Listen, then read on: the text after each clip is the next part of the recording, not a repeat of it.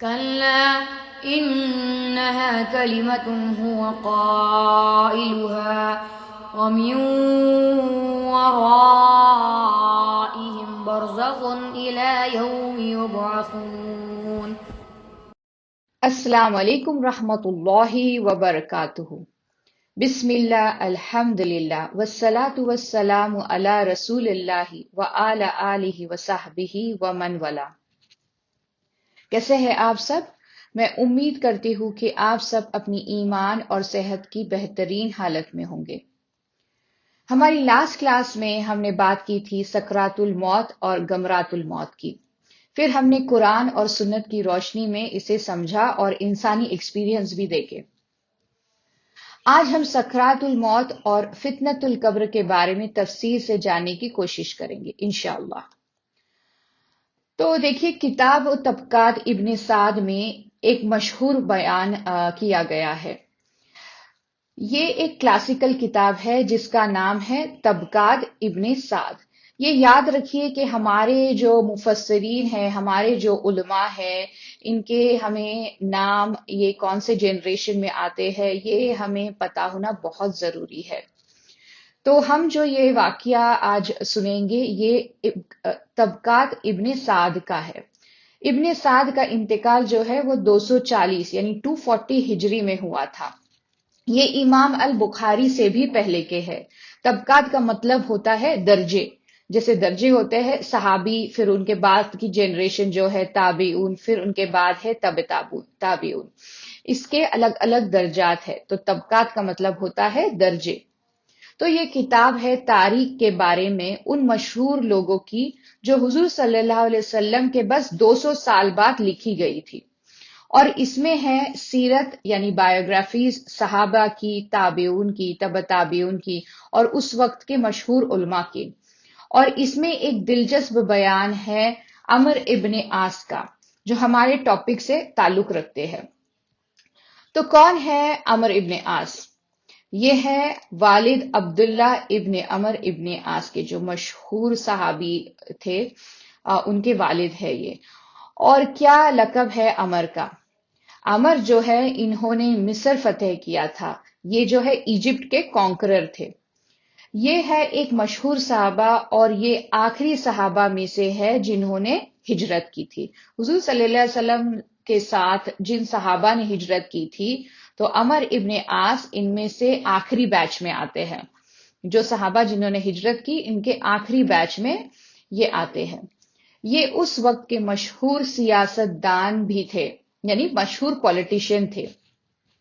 تو یہ واقعہ اس وقت کا ہے جب عمر ابن عاص اپنی آخری سانسیں لے رہے تھے، اور ان کے بیٹے عبداللہ انہیں ملنے آتے ہیں اور کہتے ہیں، یا ابتی، او میرے والد، کیا تمہیں یاد نہیں وہ جو آپ مجھے کہا کرتے تھے؟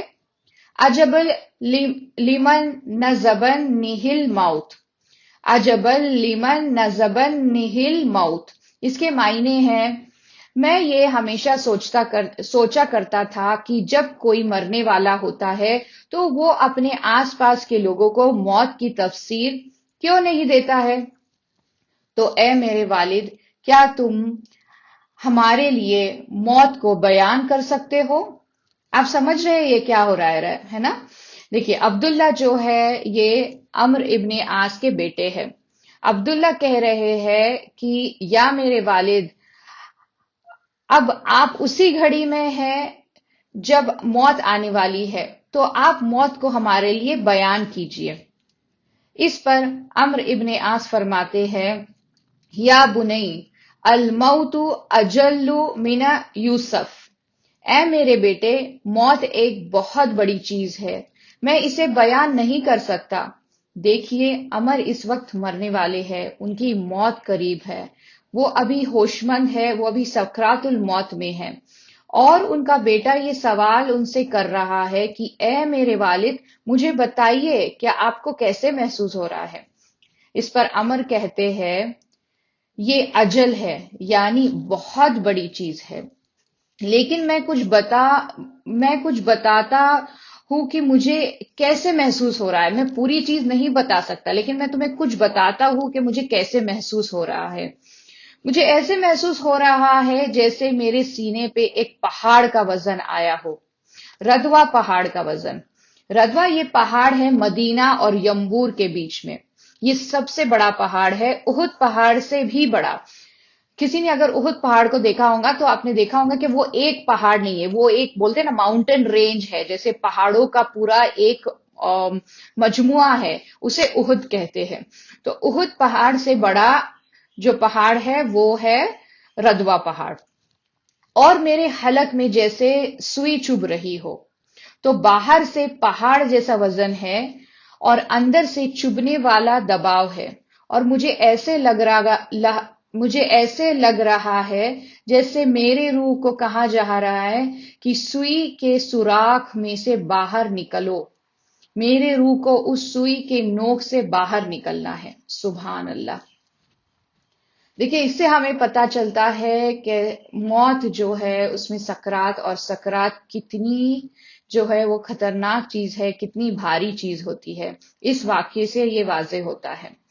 تو یہ تھی آخری بات جو عمرو ابن عاص نے کہی ان کے انتقال سے پہلے، کہ وہ کیسے محسوس کر رہے ہیں۔ تو اب یہ سوال ہے کہ کیا سب لوگوں کو سکرات الموت کا سامنا کرنا پڑتا ہے؟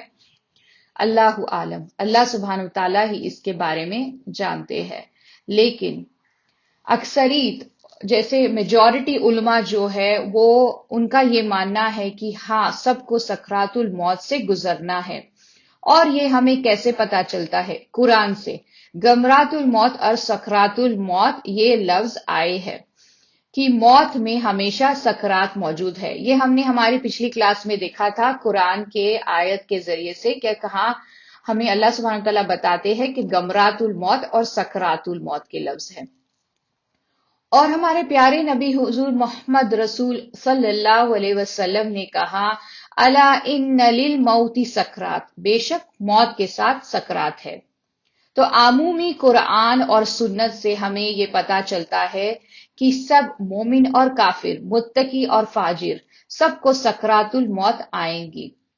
یہ پہلا ثبوت ہے، یعنی یہ پہلا ایویڈنس ہے ہمارے لیے۔ چلیے دیکھتے ہیں دوسرا ایویڈنس کیا ہے، دوسرا ثبوت اس میں کیا آتا ہے۔ ایسے ہو سکتا ہے کہ لوگوں کی موت کے دوران ہمیں سکرات نہیں دکھے، جیسے اگر کسی کی موت نیند میں ہوتی ہے تو یا پھر کوئی ایکسیڈنٹ میں مارا جاتا ہے تو ان کی موت وہیں ترنت ہو جاتی ہے۔ یہ ہمارے ٹائم کے حساب سے ملی سیکنڈ ہو سکتا ہے، پر عالم البرزخ میں وہاں کے وقت کے حساب سے ہوگا جس کا ہم اندازہ بھی نہیں لگا سکتے۔ تو ہمیں سکرات دکھے یا نہیں، میجورٹی رائے یہ ہے کہ وہ موجود ہے اور سب اس سے گزرتے ہیں۔ سبحان اللہ۔ امام القرطبی فرماتے ہیں کہ اگر انبیاء اور صالحین کو سکرات محسوس ہوتی ہے تو ہم کیا چیز ہیں؟ ہم میں سے کسی نے بھی یہ جھوٹا گمان نہیں رکھنا چاہیے کہ ہمیں سکرات الموت کی تکلیف نہیں ہوں گی۔ اور پھر وہ کہتے ہیں کہ کیا ہے یہ مسئلہ انبیاء اور ہمارے پیارے نبی محمد رسول صلی اللہ علیہ وسلم کا؟ تو اس میں دو چیزیں آتی ہے، ایک کہ باقی پوری دنیا موت کی سچائی جان لے، ان لوگوں کو دیکھے جنہیں اللہ سبحانہ وتعالیٰ سے زیادہ پیار، اللہ سبحانہ وتعالیٰ انہیں سب سے زیادہ پیار کرتے ہیں۔ تو اس سے ہمیں جب ہم دیکھتے ہیں کہ تمام انبیاء اولیاء ہے اور ہمارے پیارے نبی محمد رسول صلی اللہ علیہ وسلم کو اتنی تکلیف سے کیوں جانا پڑا، تاکہ پوری دنیا کو موت کی سچائی پتا چلے، ساری دنیا موت کی سچائی جان لے کہ اللہ سبحانہ وتعالیٰ سب سے زیادہ جس سے پیار کرتے ہیں انہیں بھی اس سے گزرنا ہے۔ اور اس لیے ہمیں یہ نہیں سمجھنا چاہیے کہ اگر کوئی خاموش موت مرتا ہے تو اسے سکرات نہیں آئی تھی، اس کی موت آسان تھی، یہ غلط ہے۔ دوسری وجہ یہ ہے کہ اس دنیا میں سب سے زیادہ جن لوگوں کا امتحان لیا گیا ہے وہ ہے نبی اور انبیاء اور ان کے قریبی۔ یہ حدیث میں آتا ہے کہ کوئی بھی تکلیف، پریشانی جو متقی انسان کو آتی ہے وہ صرف اس انسان کو اور اوپر اٹھانے کے لیے ہوتی ہے۔ اللہ سبحانہ تعالیٰ کو ہمارے حسنات اور بڑھانے ہیں، ہمارا مقام اور بلند کرنا ہے. تو اگر اللہ تعالیٰ کو ہمیں اور اونچا مقام دینا ہوتا ہے تو یہ ہمارا امتحان لے کے ہوتا ہے. ہماری زندگی میں تکلیف اور پریشانی آتی رہتی ہے، وہ بھی تکلیف جو ایک سوئی کا چبھنا جو ہوتا ہے وہ بھی تکلیف اس میں شامل ہوتی ہے. اور اس مشکل وقت میں ہم جس طرح اللہ کو یاد کرتے ہیں اور اس سے ہمارا امتحان ہوتا ہے. تو یہ بے شک ہے کہ سب لوگوں کو سکرات آئیں گی سوائے شہید کے. یہ ہم آگے دیکھیں گے. ترمذی میں ایک حدیث ہے کہ شہید کو صرف اپنی موت محسوس ہوتی ہے، اتنی ہی جیسے تم سب کو چیٹی کا کاٹنا محسوس ہوتا ہے، بس اتنا ہی. اس کا مطلب ہے کہ شہید کو سکرات الموت نہیں ہے. تو یہ ہے مسئلہ سکرات الموت کا، جسے ہم نے سمجھنے کی کوشش کی. تو ہم نے دیکھا کہ روح جسد سے کیسے الگ ہوتی ہے، اوپر جاتی ہے، پھر جسد جہاں ہے وہاں لوٹا دی جاتی ہے. اب ہم دوسرے مسئلے پہ آتے ہیں کہ قبر کا فتنہ کیا ہے. بہت سارے مسلمان یہ کنفیوز ہو جاتے ہیں کہ فتنۃ القبر اور عذاب القبر کیا ہے. وہ یہ سوچتے ہیں کہ یہ دونوں چیزیں ایک ہی ہے. یہ بس ایک غلط فہمی ہے. فتنۃ القبر اور عذاب القبر یہ دونوں الگ الگ چیزیں ہیں. فتنہ وہ ہے جو ہر انسان اس سے گزرے گا، پھر وہ مسلمان ہو یا کافر ہو. اس میں ایک چھوٹا ایکسیپشن ہے جو ہم آگے دیکھیں گے. اور عذاب یہ متقی لوگوں کے لیے نہیں ہوگا، ان کے لیے نیام القبر ہوگا.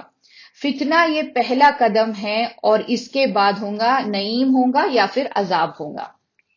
جب روح واپس آتی ہے تو فتنہ شروع ہوتا ہے، اور اس فتنے کے بعد ہوگا برکت یعنی بلیسنگز ہوں گے، یا تو پھر سزا دی جائیں گی، نیام القبر ہوگا یا عذاب القبر ہوگا. ہم یہ کہہ سکتے ہیں کہ فتنہ ایک امتحان ہے. ایک حدیث ہے صحیح بخاری اور صحیح مسلم میں. انس ابن مالک رضی اللہ عنہ فرماتے ہیں کہ ہمارے پیارے نبی محمد رسول صلی اللہ علیہ وسلم نے ہمیں کہا کہ جب ایک عبد کو قبر میں ڈالا جاتا ہے، یعنی روح جب واپس آتی ہے، اس کا مطلب ہے فتنہ قبر کے اندر ہوتا ہے، کہیں اور نہیں ہوتا. اور جن لوگوں کی قبر نہیں ہوتی وہ اللہ تعالی بہتر جانتے ہیں کہ یہ کہاں ہوتا ہے جہاں بھی روح ہوتی ہے. تو فتنہ ہوگا جب روح اپنے جسد سے ملائی جائیں گے عالم البرزخ میں. جب روح قبر میں ڈالی جاتی ہے اور اس کے رشتہ دار اور دوست احباب قبرستان سے چلے جاتے ہیں تو بے شک اسے ان کے قدموں کی آواز آتی ہے. 2 فرشتے آئیں گے اور اس انسان کو اٹھا کر بیٹھائیں گے. اور ابھی آپ سب کو وہ 3 سوال جو پوچھے جائیں گے وہ پتا ہے، حدیث البرہ میں اس کا بیان ہم نے پوری تفصیل سے دیکھے تھے. یہ ہمیں پچھلی کلاس میں ہم نے دیکھا تھا. یہ مسلمان کہیں گا کہ میں یہ گواہی دیتا ہوں کہ وہ عبداللہ و رسولہ ہے، اور ایک منافق کہیں گا لا ادری، اور اسے ایک چیز سے مارا جائے گا جو ہر کوئی سنے گا سوائے مخلوقات کے. اور اس کے جواب بھی ہم نے دیکھے تھے پچھلی کلاس میں. تو یہ حدیث ہے بخاری اور مسلم میں، راوی ہے انس ابن مالک. کیا اس میں ان فرشتوں کے نام بتائے گئے ہیں؟ نہیں، اس میں صرف اتنا کہا گیا ہے کہ 2 فرشتے. پھر ہمیں ان فرشتوں کے نام کہاں سے ملتے ہیں؟ یہ سنن الترمذی کی حدیث ہے. ابو ہریرہ رضی اللہ عنہ فرماتے ہیں کہ میں نے سنا ہمارے پیارے نبی محمد رسول صلی اللہ علیہ وسلم کو کہتے ہوئے کہ جب میت قبر میں ڈالی جاتی ہے پھر یاد رکھے یہ قبر میں ہو رہا ہے. 2 فرشتے آتے ہیں جو نیلے اور کالے دکھتے ہیں، مطلب بہت ہی خطرناک دکھنے والے ہیں. ان میں سے ایک کا نام ہے منکر اور دوسرے کا نام ہے نکیر. یقل الادیہما منکر ولل آخری ان نکیر.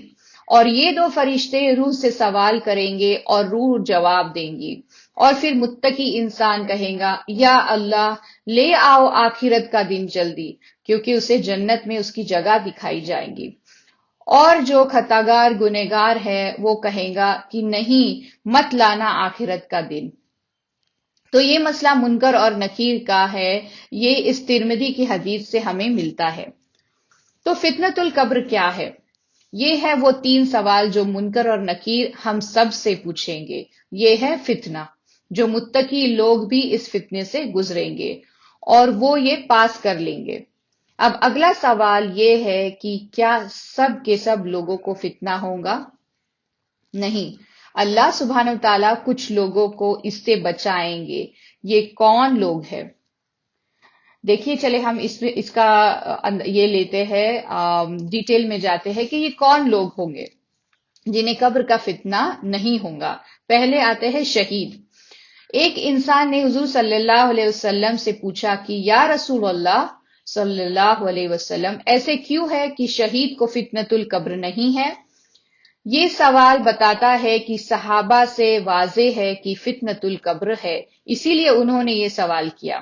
تو حضور صلی اللہ علیہ وسلم نے کہا کفا ببارک تصفہ اراسیہ فتن ارواح النساء، یہ بس ہے کہ وہ چمکتی ہوئی تلوار اس کے گردن سے ٹکرائی، یہ فتنہ بس ہے اس انسان کے لیے، اس لیے اسے نہیں سامنا کرنا ہوگا منکر اور نکیر کا، اسے فتنے کے امتحان کی ضرورت نہیں ہے۔ سوچئے یہ کہ ایک ٹیچر ہے اور اس کی کلاس میں ایک بہت بہت زیادہ ہوشیار بچہ ہے، تو وہ ٹیچر اس بچے سے کہہ رہا ہے کہ تمہیں کوئی امتحان کی ضرورت نہیں ہے، تمہیں ان باقی لوگوں سے بہت زیادہ علم ہے، تمہیں امتحان کی ضرورت نہیں ہے۔ حضور صلی اللہ علیہ وسلم نے کہا کہ یہ فتنہ کافی ہے شہید کے لیے کہ وہ چمکتی اور تیز تلوار اس کے گردن سے ٹکرائی۔ سنن الترمذی میں ایک باب، ایک چیپٹر ہے جس کا نام ہے شہید کی برکت، یعنی بلیسنگز آف دا شہید۔ اس میں ایک بہت خوبصورت حدیث ہے، اس میں کہا گیا ہے کہ ایک شہید کو اللہ تعالی سے 6 برکتیں ملتی ہے، 6 بلیسنگز اسے ملتے ہیں۔ پہلا جو ہے اسے معافی ملتی ہے اس پہلے گروپ کے ساتھ جسے معاف کیا جائے گا قیامت کے دن، جو پہلے بیچ کو معافی ملیں گی اسے اس میں شامل کیا جائے گا، اسے لگاتار یا مسلسل اپنی جگہ جنت کی جگہ دکھائی جائیں گی، اسے فتنۃ القبر سے بچایا جائے گا، اسے فضاء القبر سے بچایا جائے گا، جو بگ ٹیرر ہوگا اس سے بچایا جائے گا، اور اسے ایک تاج ملے گا یاقوت سے جو اس کے سر پہ لگایا جائے گا، اور اسے ملیں گی 72 حوریں، اور ایک برکت شامل اور ہے اس میں کہ وہ اپنے 70 رشتہ دار یا پھر پہچان والوں کو شفاعت کر پائے گا قیامت کے روز۔ تو اس سے ہمیں پتا چلتا ہے کہ ایک بلیسنگ جو شہید کو ملتی ہے وہ ہے کہ اسے فتنۃ القبر سے نہیں گزرنا ہوگا، تو شہید کے لیے کوئی فتنہ نہیں ہے اور نہ ہی کوئی عذاب ہے۔ حدیث ہے مسند ابن احمد میں، اس سے ہم انشاءاللہ کوئی پازیٹیو سیکھ سکتے ہیں، ایک پازیٹیو ہم جو ہے وہ چیز لے سکتے ہیں کہ جب حضور صلی اللہ علیہ وسلم نے شہید کہا تو صرف ان لوگوں کے لیے نہیں تھا جو لڑائی کرتے ہوئے جنہوں نے اپنی جان گنوائی، یہ ہم سب کے لیے خوشخبری ہے۔ انشاءاللہ اس کے معنی یہ ہے کہ حضور صلی اللہ علیہ وسلم نے کہا جو بھی ڈوب کر مرتا ہے وہ شہید ہے، جس کی بھی موت آگ میں جلنے سے ہوتی ہے وہ شہید ہے، جس کی موت بطن یعنی اندرونی جسمانی بیماری سے ہوتی ہے وہ بھی شہید ہے انشاءاللہ۔ دیکھیے اسلام میں پازیٹیو تھاٹس یعنی اچھا شگن جو کہتے ہیں یا پھر گڈ اومن سوچنا جائز ہے، اچھی بات سوچنا جائز ہے، تو انشاءاللہ جس انسان کی موت بطن سے ہوئی ہو وہ شہید کہلایا جا سکتا ہے۔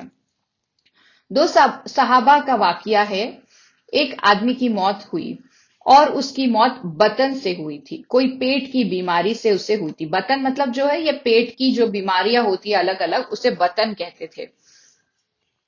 2 صحابہ نے کہا کہ کاش کہ ہم اس انسان پر جنازہ کی نماز پڑھ سکتے، ان میں سے ایک نے کہا تمہیں یاد نہیں حضور صلی اللہ علیہ وسلم نے کہا تھا من قتلہ بطنہ لم یعد فی قبرہ، جس کی بھی موت پیٹ کی بیماری سے ہوئی ہو اسے قبر کا عذاب نہیں ہوگا۔ تو انشاءاللہ ہم یہ کہہ سکتے ہیں کہ اگر کسی کی موت پیٹ کی بیماری سے ہوئی، بطن سے ہوئی، تو اسے فتنۃ القبر سے بچایا جائے گا۔ اب دوسرا پوائنٹ جو آتا ہے، پہلے ہم نے دیکھا شہید، پھر شہید میں کون شامل ہے، دوسرا پوائنٹ ہے اور کس کو بچایا جائے گا منکر اور نکیر کے سوالوں سے۔ یہ صحیح مسلم میں ہے کہ حضور صلی اللہ علیہ وسلم نے کہا کہ جس کی بھی موت اسلامی حد کی حفاظت کرتے ہوئے ہوئی ہو تو اسے قیامت کے دن تک لگاتار انعام ملتا رہے گا، اور اس کی حفاظت کی جائیں گی دو فتان سے۔ اور کون ہے دو فتان؟ یہ ہے منکر اور نکیر۔ اور تیسرا جو پوائنٹ آتا ہے، جس کی بھی موت جمعہ کے دن ہوئی ہو، سبحان اللہ۔ اور انشاءاللہ یہ بھی ہمارے لیے اچھی خبر ہے۔ یہ حدیث ہے سنن الترمذی اور مسند امام احمد میں۔ ما من مسلم یوم الجمعتی للہ وقع اللہ فتنۃ القبر، جو مسلمان جمعہ کے دن انتقال کرے گا اللہ تعالیٰ اس کی فتنۃ القبر سے حفاظت کریں گے انشاءاللہ۔ تو کیا اس کا مطلب یہ ہے کہ جمعہ کے علاوہ کوئی اور دن اگر کوئی مر جائے جس کا انتقال ہو تو کیا اسے عذاب ہوگا؟ نہیں میری پیاری بہنوں، ہمارا اسلام ہمیں اچھی سوچ رکھنے کی حوصلہ افزائی کرتا ہے۔ ہمارے پیارے نبی محمد رسول صلی اللہ علیہ وسلم کا کس دن انتقال ہوا تھا؟ ان کا پیر کے دن، منڈے کے دن انتقال ہوا تھا۔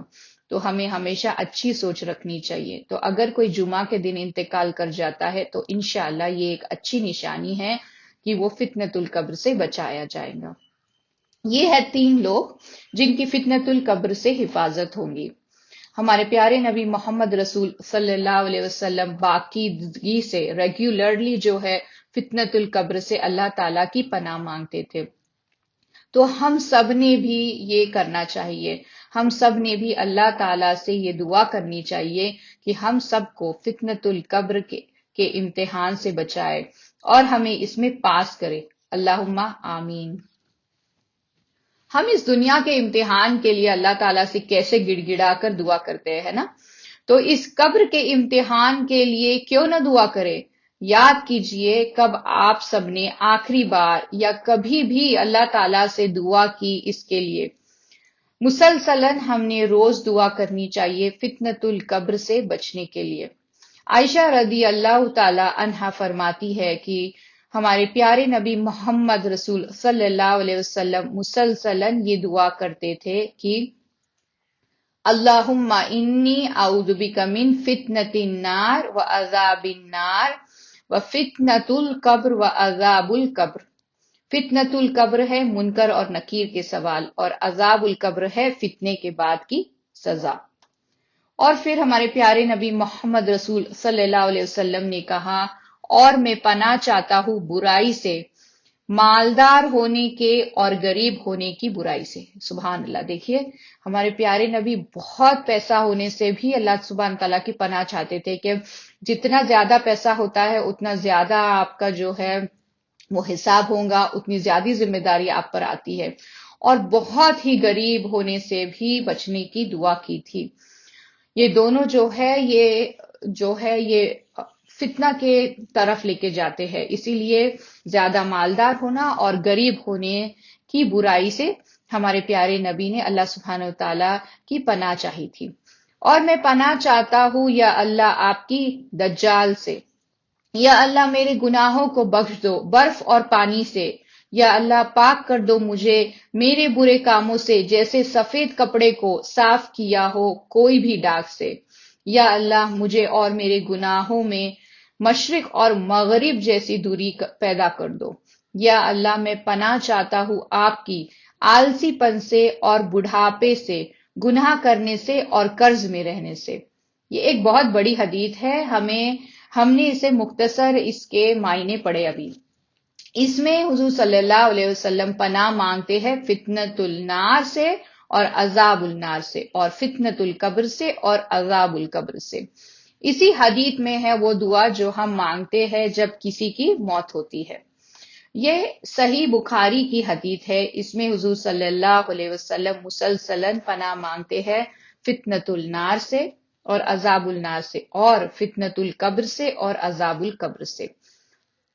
تو آج ہم نے دیکھے کہ روح واپس آنے پہ شروع ہوتا ہے فتنۃ القبر، اور پھر ہم نے اس کے ایکسیپشنز بھی دیکھے کن کن لوگوں کو فتنۃ القبر سے بچایا جائے گا۔ اور ہم یہ بھی کہہ سکتے ہیں کہ جو نبی اور ان کے نبی ہے ان کو بھی فتنۃ القبر سے نہیں گزرنا ہوگا، ان کی تو ایک پوری زندگی امتحان ہے، تو انہیں یہ فتنہ نہیں ہوگا۔ تو کیٹیگری 1 میں شہید آتے ہیں، ٹھیک ہے۔ کیٹیگری 2 میں کون آتا ہے یہ ہم نے دیکھے، کوئی اسلامی سرحد کی حفاظت کرتے ہوئے مر جائے، اسے کہتے ہیں رباط۔ جو اسلامی سرحد کو جس کی پروٹیکشن کرتے ہوئے، جس کی حفاظت کرتے ہوئے اگر کسی کا انتقال ہو، اسے کہتے ہیں رباط۔ رباط کا معاملے میں ہم نے دیکھے کہ جو اچھی حالت میں گزرتا ہے ان کے لیے فتنۃ القبر نہیں ہے، اس میں ہم متقی لوگوں کو بھی شامل کر سکتے ہیں انشاءاللہ۔ اور تیسری کیٹیگری میں آتا ہے وقت کے حساب سے آتا ہے، جیسے کہ جو انسان جمعہ کے دن انتقال کر جاتا ہے۔ تو انشاءاللہ ہم اپنی اگلی کلاس میں فتنۃ القبر اور عذاب القبر کے بارے میں آگے جانیں گے، اور یہ بھی جاننے کی کوشش کریں گے کہ فتنۃ القبر اور عذاب القبر کو ہم اسے کیسے کم کیا جا سکتا ہے انشاءاللہ۔ تو آج کی کلاس کے لیے بس اتنا ہی۔ آپ سب اگلی کلاس تک اپنا خیال رکھے۔ اللہ سبحانہ وتعالی ہم سب کو اپنی حفظ و امان میں رکھے۔ جزاک اللہ خیرن۔ السلام علیکم رحمت اللہ وبرکاتہ۔